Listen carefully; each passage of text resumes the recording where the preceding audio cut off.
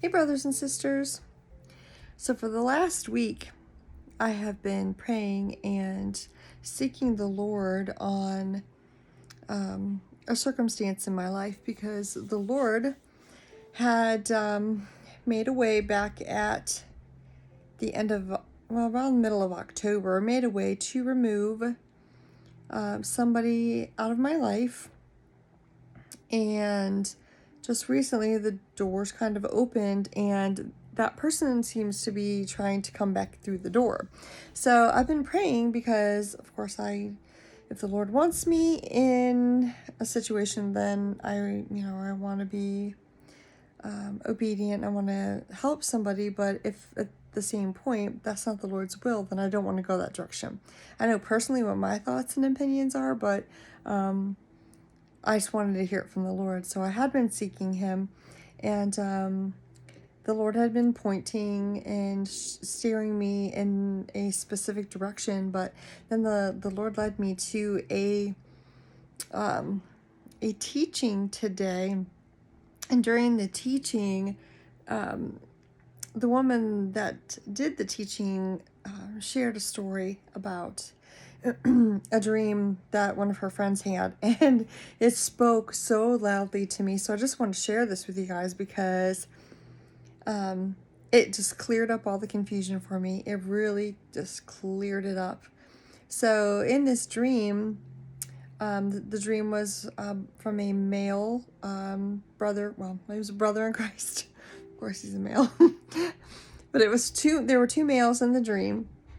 So, and they both were sleeping on a cot, and they woke up and looked up, and there was a tree, and on the tree was fruit, and the fruit was really ripe, and it was perfect picking. So the guy that he was with got up, went up, and picked a piece of the fruit off, and took the fruit and started to walk away from the tree.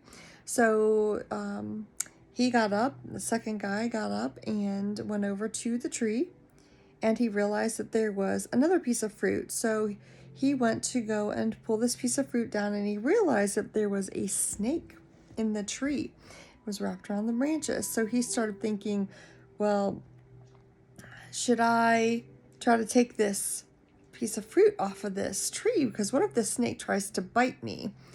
And so he said he didn't have any fear in the dream, so he decided he was going to try to take the fruit. And he tried to take the fruit down from the tree, and the snake tried to attack him.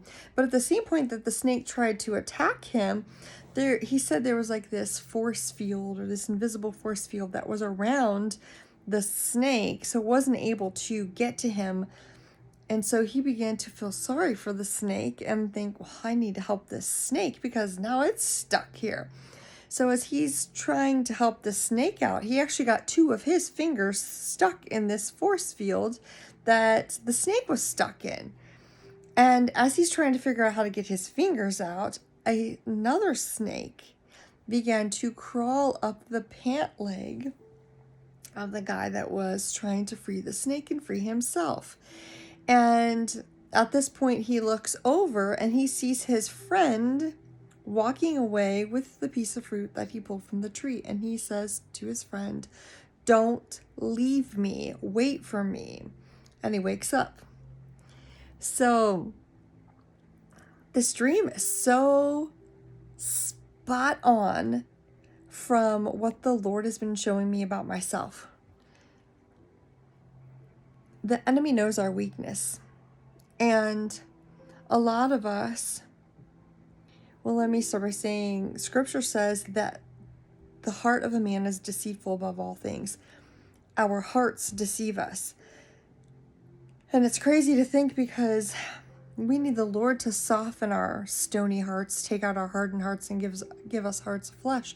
But at the same point, if we try to live by our own heart, that heart's going to lead us in the wrong direction. The Lord tells us don't do that. We need to follow Him and follow His ways. So one of the things, like with me, my heart is huge. I want to help people. I will give people chance after chance after chance, which, in the world, that's a great thing.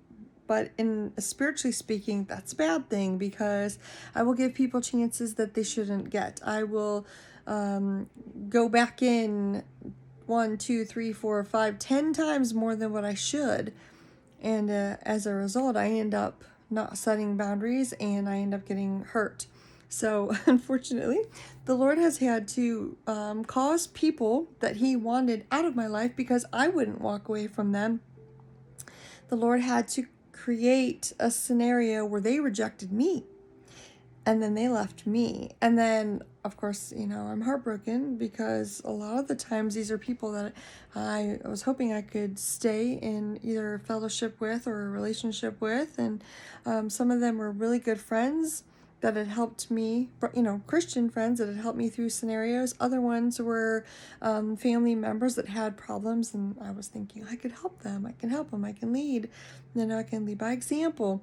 But the Lord showed me recently, I had to have them break your heart. And when I look back in every single scenario, they broke my heart. They rejected me. And the Lord said, I had to have them reject you because you weren't getting what I was trying to show you. You didn't walk away when they showed you who they truly were. So the story of the snake, and going back to understanding this story,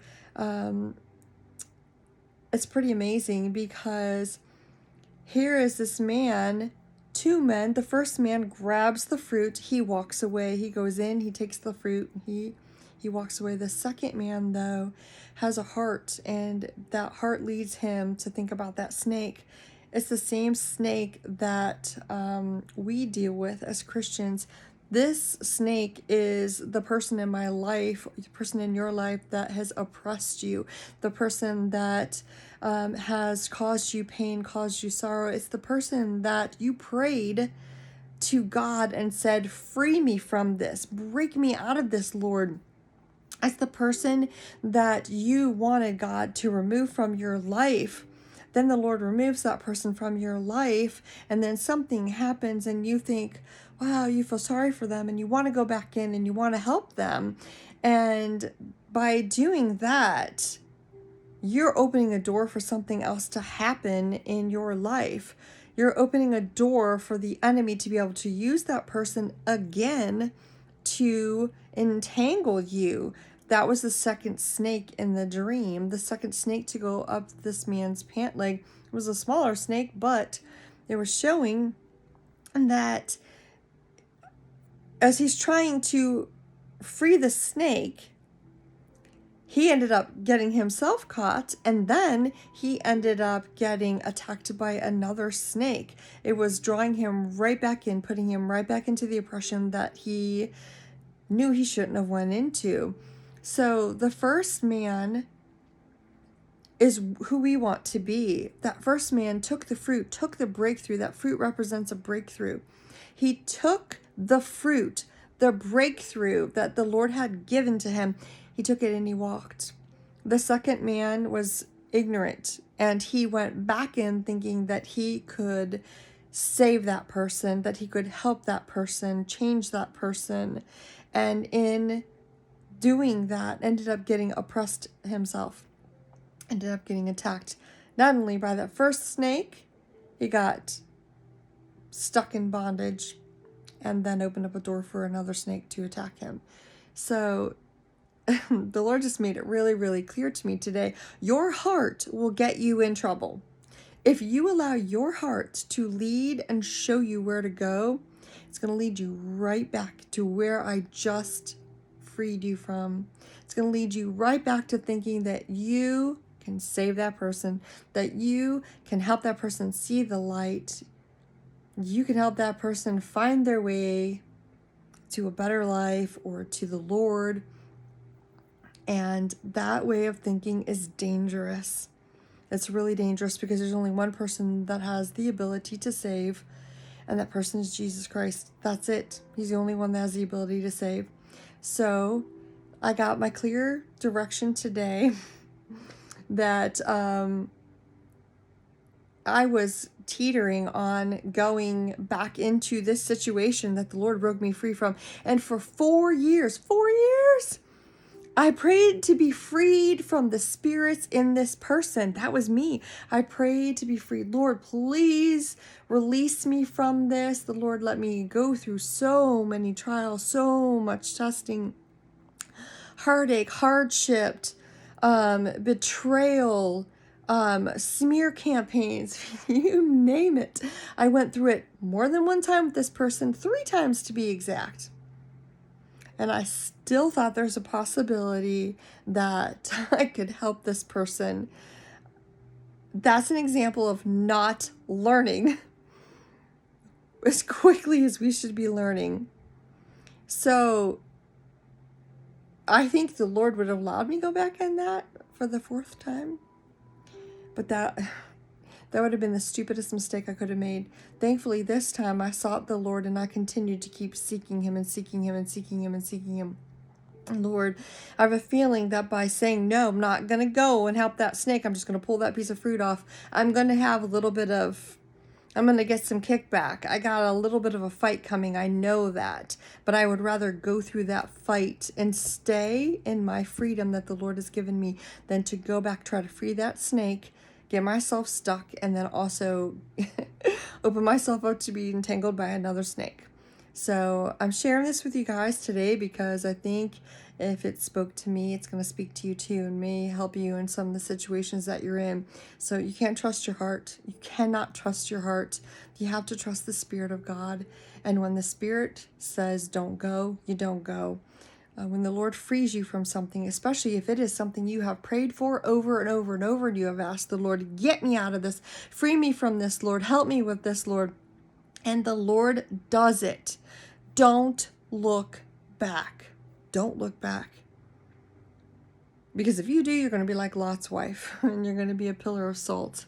Don't look back. Keep going. Don't put your hand to the plow and turn around and look back. Keep going. So I hope this brings you some encouragement and maybe even gives you an answer to something that you've been looking for and praying for today. God bless you all.